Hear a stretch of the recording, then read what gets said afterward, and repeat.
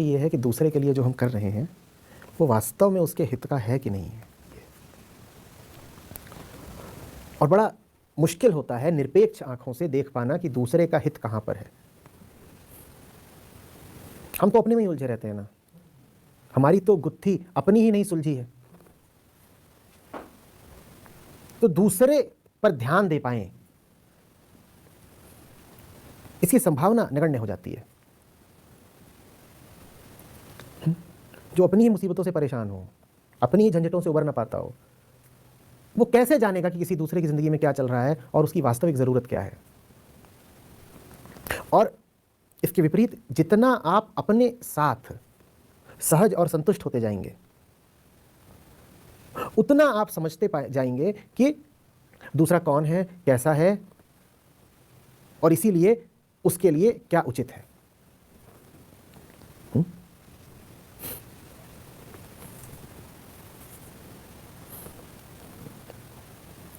आग लगी हुई हो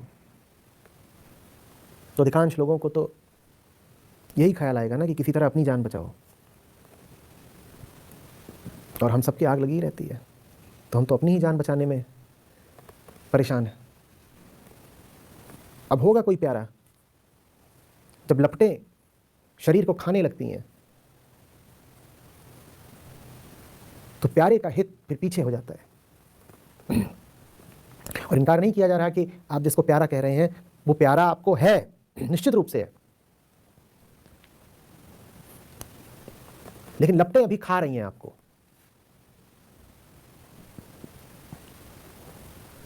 आप विवश हो जाते हैं।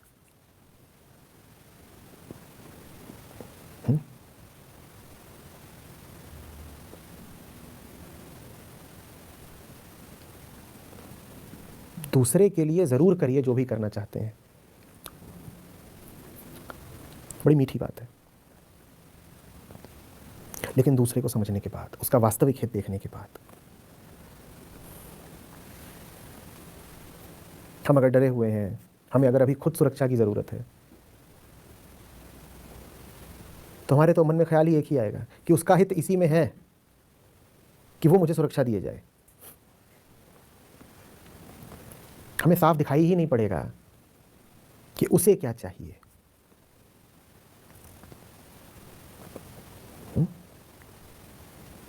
और अक्सर दूसरे के लिए आपको जो करना होता है वो कोई बहुत बड़े काम नहीं होते, आवश्यक नहीं है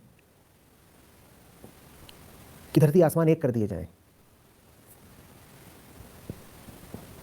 छोटे छोटे ही सही पर उचित कदम उठाने होते हैं। कभी क की जगह ख बोलना होता है, कभी इस बटन की जगह ये बटन दबाना होता है। तो दूसरे के लिए ये जरूरी नहीं है कि बड़े काम किए जाएं,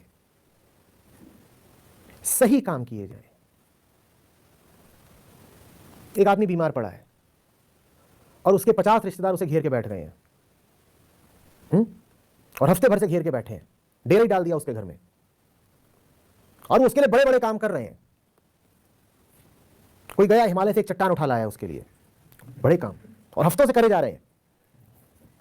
कोई उस बीमार को उठा करके एक शहर से दूसरे शहर दौड़ गया है,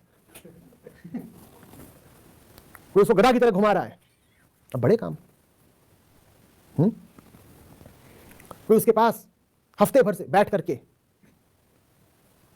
गीत गाए जा रहा है, 24 घंटे अहर्निशो गीत गाता है। प्यार करते हैं भाई, कुछ तो करेंगे ना, और बीमार है तो इसके लिए जितना ज्यादा करें उतना अच्छा, और लोग करे ही जा रहे हैं उसके लिए। एक को यही पता है कि सफाई बड़ी बात, तो उसे हफ्ते भर में 50 बार नहला चुका है बीमार आदमी को। तो बड़ी मेहनत करिए नहलाने में, 50 बार नहलाना बच्चों का खेल नहीं। अब ये सब प्यार में बड़े बड़े काम करने वाले लोग हैं। फिर आता है एक चिकित्सक, वो 10 मिनट को आता है और 2 गोलियां लिख जाता है। ये बैठे हैं हफ्तों से और बड़े बड़े काम कर रहे हैं, और चिकित्सक आया है 10 मिनट को और 2 गोलियां लिख गए और काम हो गया। बड़े कामों की जरूरत नहीं है, उचित काम की जरूरत है।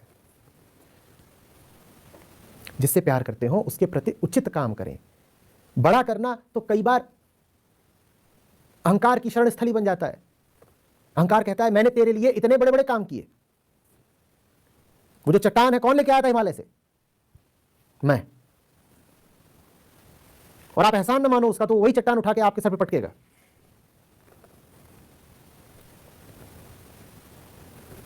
चिकित्सक कौन? जो बीमारी समझता हो, जो बीमारी समझे और जो बीमारी का उपचार जाने। सो चिकित्सक आप वैसे हो जाइए, मन को समझिए। जब मन को आप समझेंगे तो किसी की भी बीमारी हल कर सकते हैं। भूलिएगा नहीं कि चिकित्सक मरीज की व्यक्तिगत बीमारी मिटाने नहीं आया था, वो बीमारी मिटाने आया था। वो बीमारी समझता है, उसको पता है कॉलेरा क्या चीज है, उसको पता है कि कॉलेरा क्या चीज है। अब कॉलेरा किसी को भी हो, उसे पता है क्या हुआ है। आप मन समझिए, अब मन किसी का भी हो, आप उपचार कर पाएंगे, क्योंकि आप जान गए मन क्या है, प्रकृति क्या है, वृत्ति क्या है, प्रभाव क्या है। आप जान चुके हैं इन बातों को। आप कॉलेरा को, आप डायबिटीज को, आप मलेरिया को, आप टीबी को समझ चुके हैं। अब फर्क नहीं पड़ता कि बीमार का नाम क्या है, आप जानते हो दवाई क्या देनी है, या बीमार का नाम बदलने से दवाई बदल जाती है मलेरिया की। तो बात इसकी नहीं है कि प्रेम कितना गहरा है, सर्वप्रथम बात इसकी है कि कुछ समझते भी हो। बिना समझे तो प्रेम के नाम पे पता नहीं क्या हो जाएगा, और समझते हो अगर तो बहुत श्रम नहीं करना पड़ेगा। चिकित्सक की तरह आओगे, 10 मिनट में 2 गोलियां लिख करके अशांति को, बीमारी को भगा के चले जाओगे। जैसे कबीर के वचन हो, जैसे उपनिषदों के उद्घोष हो। उन्होंने बस कह दिया और पता नहीं कब कह दिया, आपके आज भी काम आ रहे हैं। वो ऋषि नहीं आ रहे हैं आपके घर में बसने, ये आ रहे हैं। याज्ञवल्क्य नहीं कह रहे हैं कि तुम्हारी पीड़ा मैं दूर करूंगा 24 घंटे और 5 साल तुम्हारे साथ रह के। अष्टावक्र कह रहे हैं क्या कि तुम मेरे साथ साथ चलो, मैं तुम्हारी पीड़ा दूर करूंगा। वो 2 बातें बोल गए हैं, वो 2 बातें उस समझदारी के साथ बोल गए हैं, जमाने भर के काम आएंगी, अनंत समय तक काम आएंगी। समझदारी जरूरी है। समझदारी से आपने जो कुछ किया उससे पता नहीं कितनों का कल्याण हो जाएगा, यह महाप्रेम है। समझदारी से आपने जो कुछ किया उससे पता नहीं कितनों का कल्याण हो जाएगा। सोचिए इसमें कितनी गहराई है प्रेम की।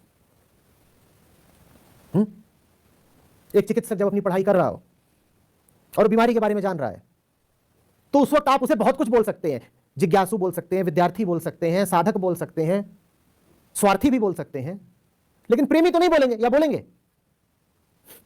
एक चिकित्सक बैठ करके अपनी पढ़ाई में रत है, उसने किताब खोल रखी है, आपसे कहा जाए इसको नाम दो एक, आप क्या नाम दोगे? आप कहोगे विद्यार्थी है, आप कहोगे ज्ञानी है, थोड़ा अध्यात्म में रुचि है तो कह दोगे साधक है,